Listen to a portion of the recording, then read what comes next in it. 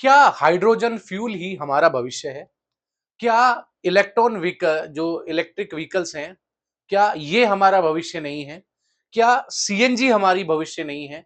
ऐसे बहुत सारे प्रश्न आप सभी के मन में आते हैं, मेरे भी मन में आते हैं और दुनिया में सभी व्यक्तियों के मन में आते हैं।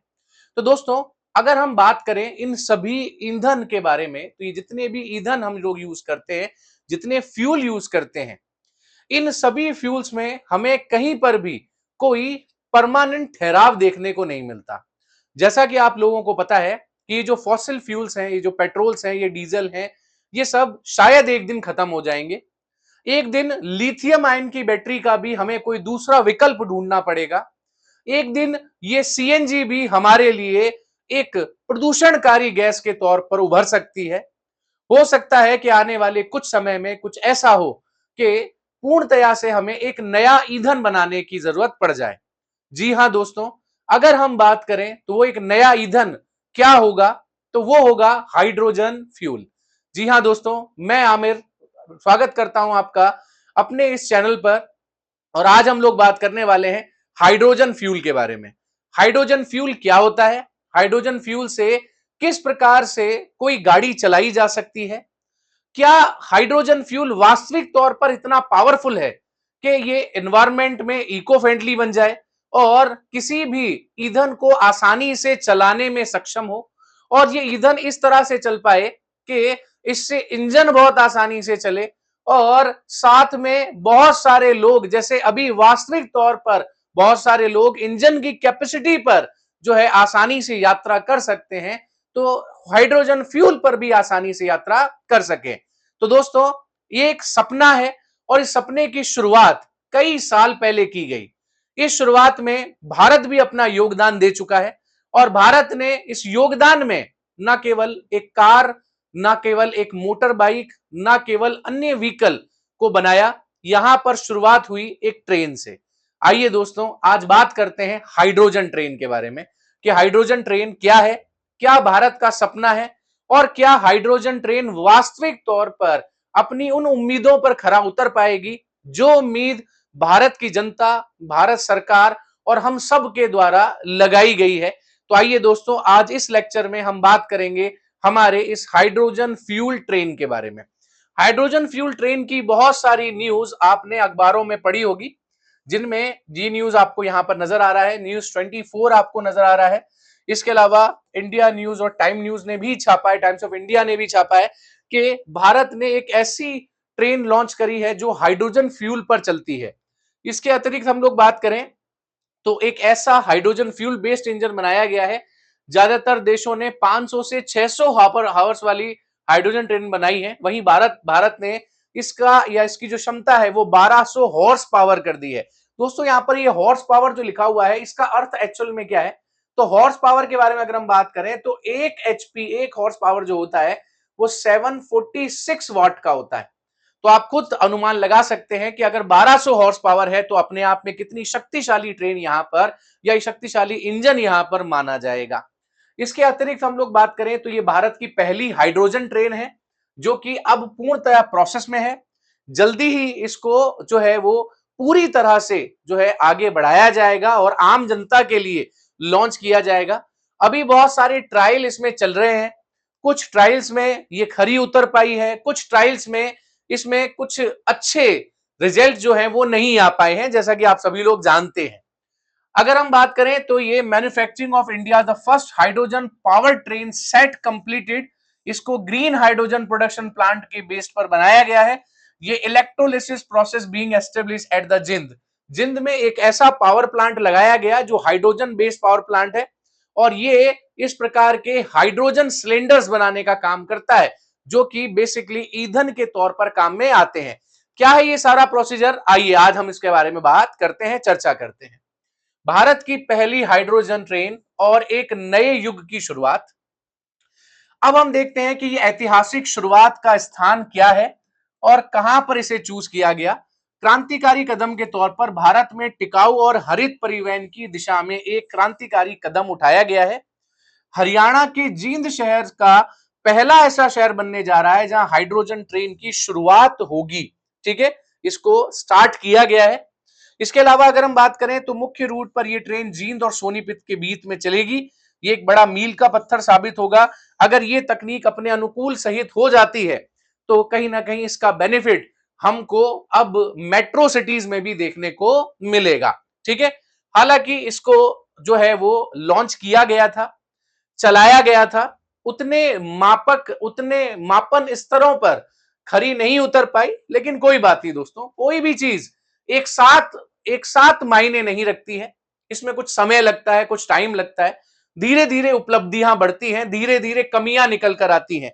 छोटी से छोटी कार, बड़ी से बड़ी इंजन, हर एक चीज की शुरुआत जो है वो कहीं ना कहीं फेलियर से होती है। तो दोस्तों बस इसी को आज समझने का काम करते हैं।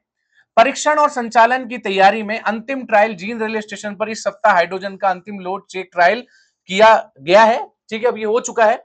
इसके अलावा अगर हम बात करें, इस ट्रायल की सफलता के बाद प्रधानमंत्री कार्यालय से अंतिम मंजूरी मिलते ही इसका नियमित रूप से संचालन कर दिया जाएगा। ये परियोजना पर्यावरण संरक्षण के प्रति भारत को प्रतिबद्धता को दर्शाती है।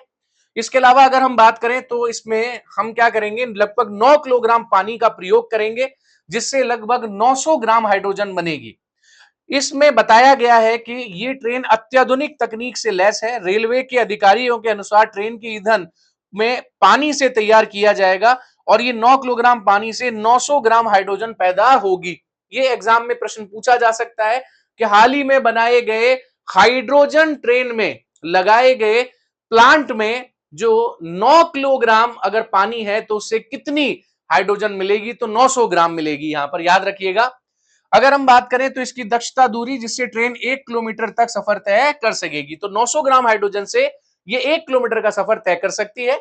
इसके अलावा इसकी स्पीड 150 किलोमीटर प्रति घंटा रहेगी। इसकी गति मार्ग के बारे में अगर हम बात करें तो ये जींद और सोनीपत के बीच में कुशल यात्रा सुनिश्चित जो है वो करेगी। इसके अतिरिक्त हम लोग बात करें तो इंजन की शक्ति, इस ट्रेन सेट में 2 ड्राइविंग पावर कार यानी डीपीसी, जिनमें प्रत्येक की क्षमता 1200 हॉर्स पावर है, कुल मिलाकर 2400 किलोवाट पैदा करती है। ट्रेन का ढांचा ऐसा है कि इसमें 10 कोच हैं पावर कार और 8 कोच इसमें यात्रियों के लिए लगाए गए हैं। ये ब्रॉड गेज पर चलने वाली दुनिया की सबसे लंबी हाइड्रोजन ट्रेन मानी जाएगी। ठीक है, इसका परीक्षण हो चुका है, उतना अच्छा नहीं रहा बट ठीक था, शुरुआत है और शुरुआत में कोई भी चीज गलत नहीं होती। इसके बाद अगर हम बात करें तो रफ्तार और रेंज में 140 से 150 किलोमीटर तक होगी। एक बार हाइड्रोजन भरने पर लगभग 1000 किलोमीटर का सफर तय कर सकती है। इसके बाद में लगभग 3000 किलोग्राम हाइड्रोजन स्टोर करने की क्षमता है। इसके लिए कार्बन फाइबर के विशेष सिलेंडर बनाए गए हैं जो लगभग 350 बार के प्रेशर पर गैस को एकत्रित कर सकते हैं। ठीक है, इसके अलावा इनमें किसी प्रकार का कोई भी उत्सर्जन नहीं होगा, एग्जॉस्शन नहीं होगा, क्योंकि ये ट्रेन जो है वो धुआं नहीं देती है, ये वाटर वेपर के तौर पर वाटर वेपर बाहर निकालेगी, तो कहीं ना कहीं इसे इको फ्रेंडली माना जा सकता है। इसके अतिरिक्त हम लोग बात करें यहां पर तो एक रासायनिक प्रक्रिया बहुत सिंपल सी है। यहां पर हाइड्रोजन के लिए हमें क्या लगाने पड़ेंगे, कुछ सिलेंडर्स लगाने पड़ेंगे, हवा से हमें ऑक्सीजन मिल जाएगी और यहां पर एक फ्यूल सेल का प्रयोग भी किया जाएगा। ट्रेन की छत पर रखे हुए फ्यूल सेल में हाइड्रोजन गैस और बाहर की हवा से ली गई ऑक्सीजन के प्रति एक रासायनिक प्रतिक्रिया होगी। इससे बिजली का उत्पादन होगा डीसी यानी डायरेक्ट करंट से। इलेक्ट्रिक मोटर्स यहां पर लगाई जाएंगी। ये डीसी यानी डायरेक्ट करंट पैदा होती है, ये बिजली की ट्रेन को इलेक्ट्रिक मोटर पर चलाने का काम करती है, जैसे कि आज के वक्त में सभी गाड़ियां चल रही हैं। इसके अलावा इनमें एक हाइब्रिड सिस्टम होगा और ये पैदा हुई बिजली की अतिरिक्त बिजली को लिथियम आयन बैटरी में स्टोर करेगा, जो ट्रेन को लाइट और एसी जैसी सुविधाओं के लिए उपयोग किया जाएगा। तो दोस्तों इसे इस तरह से हाइब्रिड बनाया गया है कि यहां पर जो डीसी करंट पैदा होगा वो डीसी करंट ना केवल ट्रेन को चलाएगा, इसके अलावा स्टोर भी किया जाएगा ताकि अन्य पूरी ट्रेन में जितने भी एसी कंपार्टमेंट हैं उन सभी में चलने वाला एसी, लाइट, फैन सभी के लिए यहां पर क्या मिल सके, इलेक्ट्रिक करंट मिल सके। तो ये एक बहुत बेहतर शुरुआत है हाइब्रिड सिस्टम की। इसके बाद अगर हम बात करें तो कुछ इसका स्ट्रक्चर कुछ इस तरह से देखने को आपको मिलेगा। यहां पर क्या करेंगे, शुद्ध पानी को इनपुट के तौर पर यहां पर देंगे, उसके बाद यहां से इसमें लाइट गुजारी जाएगी, बिजली आपूर्ति की जाएगी, जिसकी वजह से एक जगह पर ऑक्सीजन आउटपुट के तौर पर निकलेगी और एक जगह पर हाइड्रोजन आउटपुट के तौर पर निकलेगी। तो पानी अपने दो मूल तत्वों में जो है वो खत्म हो जाएगा। जहां ये H2O है, तो H2O में क्या बचा, हाइड्रोजन और ऑक्सीजन अपनी अपनी जगह पर टूट गए। इससे पानी की खपत के बारे में बात करें तो 9 किलोग्राम शुद्ध पानी से 900 ग्राम हाइड्रोजन गैस यहां पर तैयार होगी। 1.5 मेगावाट बिजली जींद प्लांट को चलाने के लिए 1.5 मेगावाट बिजली का कनेक्शन है। तकनीक इसमें पानी के माध्यम से बिजली गुजारी जाएगी, जिससे पानी हाइड्रोजन और ऑक्सीजन में टूट जाएगा और इसके अतिरिक्त हम लोग बात करें तो ये कार्य करेगा। उसके बाद अगर हम यहां पर देखें तो इसे ग्रीन हाइड्रोजन के नाम पर भी रखा गया है। इसकी प्रक्रिया मैंने आपको बता दी कि नवीकरण ऊर्जा के सोर्सेज हैं, रिन्यूएबल एनर्जी सोर्सेज हैं, इलेक्ट्रोलाइसिस से हम ग्रीन हाइड्रोजन प्राप्त करेंगे। इसके अलावा अगर हम बात करें तो भारत सरकार ने इस प्रोजेक्ट को नमो ग्रीन रेल नाम दिया है, जो कि हमारे प्रधानमंत्री श्री नरेंद्र मोदी जी के द्वारा के नाम पर ये जो है वो रखा गया है। ठीक है, इसके अलावा अगर हम लोग बात करें यहाँ पे ये अन्य प्रकार से जो है वो अंतर है। जैसे अगर हम लोग बात करें, यदि हाइड्रोजन प्राकृतिक गैस से बनाई जाती तो उसे हम ग्रे हाइड्रोजन कहते, अगर हम हाइड्रोजन को कार्बन कैप्चर के साथ बनाते तो उसे ब्लू हाइड्रोजन कहते। यहां हम लोग जो है वो जीरो कार्बन के साथ बना रहे हैं, इसीलिए हमने इसका नाम ग्रीन हाइड्रोजन रखा है। कहने का मतलब है कि अगर हम अलग अलग प्रकार से हाइड्रोजन को बनाते तो उसमें कार्बन के पार्ट्स होने की संभावना रह सकती थी, उनके कण होने की संभावना रह सकती थी, बट यहां पर जीरो कार्बन है। जीरो कार्बन होने की वजह से इसको हम ग्रीन हाइड्रोजन यानी पूरी तरह से इको फ्रेंडली हाइड्रोजन कह सकते हैं। इसके अतिरिक्त हम लोग बात करें तो हाइड्रोजन अत्यधिक ज्वलनशील है, इसलिए सुरक्षा के लिए इसमें कुछ विशेष सेंसर भी लगाए गए हैं। इसमें एक लीक डिटेक्टर लगाया गया है, जिसमें हाइड्रोजन के रिसाव का पता लगाने के लिए ये सेंसर है। इसके अलावा धमाका रोधी भंडार है, सिलेंडर को ब्लास्ट प्रूफ बंकरों में रखा जाता है, ताकि अगर कभी ब्लास्ट हो जाए तो बंकर से ये ब्लास्ट बाहर ना आ सके और लोगों को इससे बचाया जा सके। इसके अलावा स्वचालित शट ऑफ है, किसी भी आपातकालीन स्थिति में हाइड्रोजन की सप्लाई तुरंत बंद करने की व्यवस्था भी यहां पर दी जाती है। कहने का मतलब है इस ट्रेन को, इस इंजन को इस तरह से तैयार किया जा रहा है कि आप हर संभव प्रयास से क्या कर सकते हैं, अपने आप को बचा सकते हैं। ठीक है, तो किसी भी इमरजेंसी में इसको बचाया जा सकता है। इसके अलावा हम बात करते हैं इंफ्रास्ट्रक्चर और निर्माण के बारे में। तो hydrogen plant Jind railway station पर है, पीएमओ से मंजूरी इसकी लगभग हो चुकी है और स्पेनिश कंपनी द्वारा निर्मित अत्याधुनिक हाइड्रोजन गैस उत्पादन संयंत्र यहां पर स्थापित किया गया है, जिसे पीएमओ मंजूर कर चुके हैं। इसके बाद अगर हम बात करें तो इंट्रीगल कोच फैक्ट्री चेन्नई में है और ये 16 यात्री कोच जो है वो बना चुकी है और अब ये सभी चीजें शकूर बस्ती दिल्ली रेलवे स्टेशन पर भी पहुंच चुके हैं। इसके बाद अगर हम बात करें तो ये लगभग 90 किलोमीटर का एक ट्रायल है जो कि हो रहा है। इसके अलावा हम बात करें तो ट्रायल होने के बाद में ये सारी रिपोर्ट जो है वो पीएमओ के पास जाएंगी। इसके अलावा सारे अधिकारी, अनुसंधान, डिजाइन, मानक संगठन, ये सभी के द्वारा तैयार किए जाएंगे। उसके बाद पीएमओ इनको आखिरी मंजूरी देगा।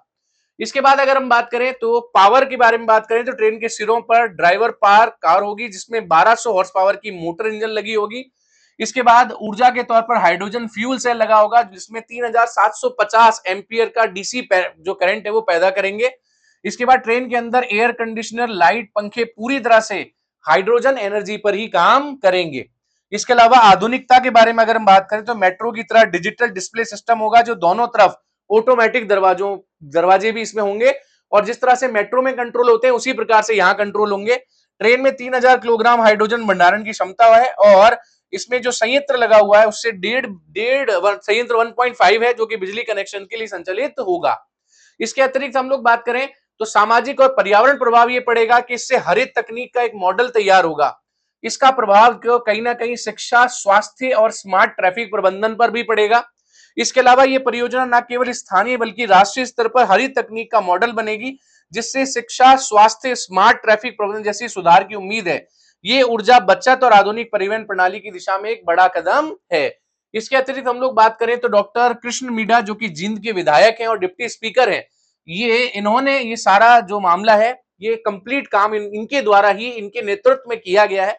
इसके अलावा अगर हम बात करें तो ये भारत का सबसे बड़ा हाइड्रोजन प्लांट इन्होंने विकसित करा है, जो कि जींद में है। इसके अलावा ये जल्दी ही प्रधानमंत्री जो है उसको राष्ट्र को उसको समर्पित कर देंगे और यहाँ पर जो कंप्लीट प्रोडक्शन है वो स्टार्ट हो जाएगा। ठीक है, तो अगर हम बात करें यहाँ पर जींद के विधायक और हरियाणा के डिप्टी स्पीकर डॉक्टर कृष्ण ने बताया कि इस क्षेत्र के गर्व का विषय बताया। उन्होंने कहा है कि भारत का सबसे बड़ा हाइड्रोजन प्लांट जींद में स्थित है और जल्दी ही प्रधानमंत्री इसको नेशन को दे देंगे, यानी अब ये सरकारी संपत्ति हो जाएगा।